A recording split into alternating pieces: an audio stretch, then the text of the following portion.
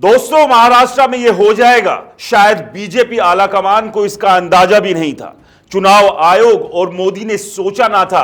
Bombay high court के action से पूरे के पूरे मोदी खेमे में खलबली मची हुई है।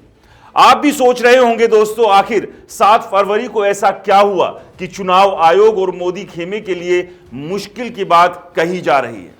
आखिर बॉम्बे हाई कोर्ट ने ऐसा कौन सा एक्शन लिया जिसकी बुनियाद पर इंडिया गठबंधन या विपक्ष में एक संतुष्टि और खुशी की लहर है? क्या इसका कोई प्रभाव महाराष्ट्र के विधानसभा चुनाव पर पड़ेगा? आखिर क्यों कहा जा रहा है कि महाराष्ट्र चुनाव को लेकर के कुछ नए सच सामने आएंगे? बॉम्बे हाई कोर्ट के उस नोटिस के बारे में विस्तार से आपको बताते हैं। दोस्तों, महाराष्ट्र विधानसभा चुनाव और नतीजों का मामला फंसता नजर आ रहा है। बॉम्बे हाई कोर्ट ने चुनाव आयोग को नोटिस जारी कर दिया है। बॉम्बे हाई कोर्ट में सोमवार को महाराष्ट्र विधानसभा चुनाव के नतीजों को लेकर जिस हिसाब से जो बात कही गई थी और उस पर अब जो बातें सामने आ रही है, उसको लेकर के बीजेपी चिंतित है। चुनाव आयोग कितना चिंता में है यह तो मुझे नहीं पता, लेकिन बीजेपी खेमे में एक चिंता है, एक चिंता की लहर दौड़ रही है। दोस्तों, दरअसल जो याचिका बॉम्बे हाई कोर्ट में दाखिल की गई थी, उस याचिका पर बॉम्बे हाई कोर्ट ने सुनवाई करने के बाद में अब नोटिस जारी किया है, जिसमें महाराष्ट्र विधानसभा चुनाव में शाम 6 बजे के बाद से पड़े 76 लाख वोट जो बढ़ाए गए, बॉम्बे हाई कोर्ट ने केंद्रीय चुनाव आयोग, राज्य चुनाव आयोग से जवाब तलब कर लिया है। और जिस डिटेल को चुनाव आयोग देने से इनकार कर रहा था, क्योंकि चुनाव आयोग का कहना था कि उसके पास में डिटेल है ही नहीं। दोस्तों, बॉम्बे हाई कोर्ट के इस नोटिस से महाराष्ट्र से लेकर दिल्ली तक देश में हंगामा है। वंचित बहुजन अघाड़ी पार्टी के अध्यक्ष और बाबा साहब अंबेडकर के परपोते प्रकाश अंबेडकर ने याचिका दायर की। उन्होंने कोर्ट में तर्क दिया कि पिछले विधानसभा चुनाव में शाम 6 बजे के बाद हुए मतदान के प्रतिशत और इस साल शाम 6 बजे के बाद हुए मतदान के प्रतिशत में बड़ा अंतर है। दोस्तों, दिल्ली विधानसभा चुनाव के नतीजे आ चुके हैं और दिल्ली में बीजेपी सरकार बनाने जा रही है, तो वहीं महाराष्ट्र का मुद्दा गर्मा गया है। संसद के अंदर राहुल गांधी, अखिलेश समेत पूरा विपक्ष आंदोलन छेड़े है, तो दूसरी तरफ हाईकोर्ट द्वारा चुनाव आयोग को जारी नोटिस पर हंगामा है। दोस्तों, 70 से 76 लाख वोटरों के बढ़ाए जाने को लेकर के मुंबई हाईकोर्ट ने चुनाव आयोग को नोटिस जारी करके जवाब तलब किया है। अब चुनाव आयोग को सारा डाटा मुंबई हाईकोर्ट को देना है। हाईकोर्ट ने पूछा कि शाम 5 बजे के बाद अचानक 76 लाख वोट कैसे बढ़े। दोस्तों, याचिकाकर्ताओं में वंचित बहुजन अघाड़ी अंबेडकर ने याचिका में कहा कि शाम 6 बजे के बाद कितने टोकन जारी किए गए, इसको चुनाव आयोग छुपा रहा है। हाईकोर्ट ने इस पॉइंट को काउंटर किया। प्रकाश अंबेडकर ने हाईकोर्ट में कहा कि महाराष्ट्र विधानसभा चुनाव में महायुति की भारी जीत हुई। 288 सीटों में से महायुति 230 सीटें जीती। इस पर चुनाव आयोग का एक बयान आया कि बंपर वोटिंग हुआ। शाम 6 बजे के बाद 76 लाख वोट गिरे। कहीं याचिका में चुनाव आयोग के बयान का हवाला देते हुए इस पर संदेह जताया गया, तो उधर चेतन अहिरे ने अपनी याचिका में कहा जितने वोट पड़े उसमें 19 विधानसभा में ज्यादा काउंटिंग हुई।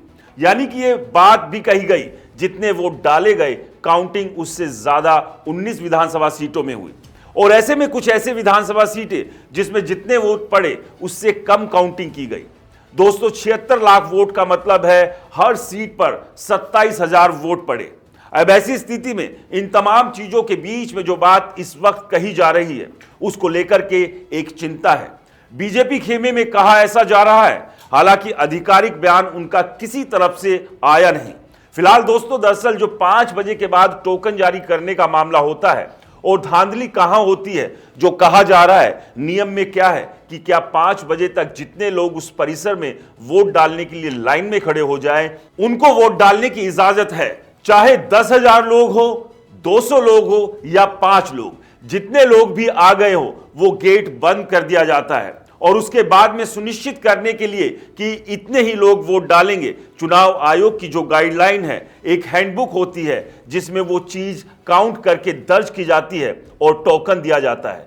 मान लीजिए 100 लोग लाइन में खड़े हुए हैं या 200 लोग लाइन में खड़े हुए हैं। 200 लोगों के वोट डालने में, चाहे वो रात के 10 बजे या 11 बजे, जितने भी बजे वोट डलवाया जाएगा, तो जो टोकन दिया जाता है, टोकन पीछे साइड से दिया जाता है, आगे से नहीं। उसके पीछे कोई नहीं खड़ा हो सकता और इसको हैंडबुक में दर्ज किया जाता है।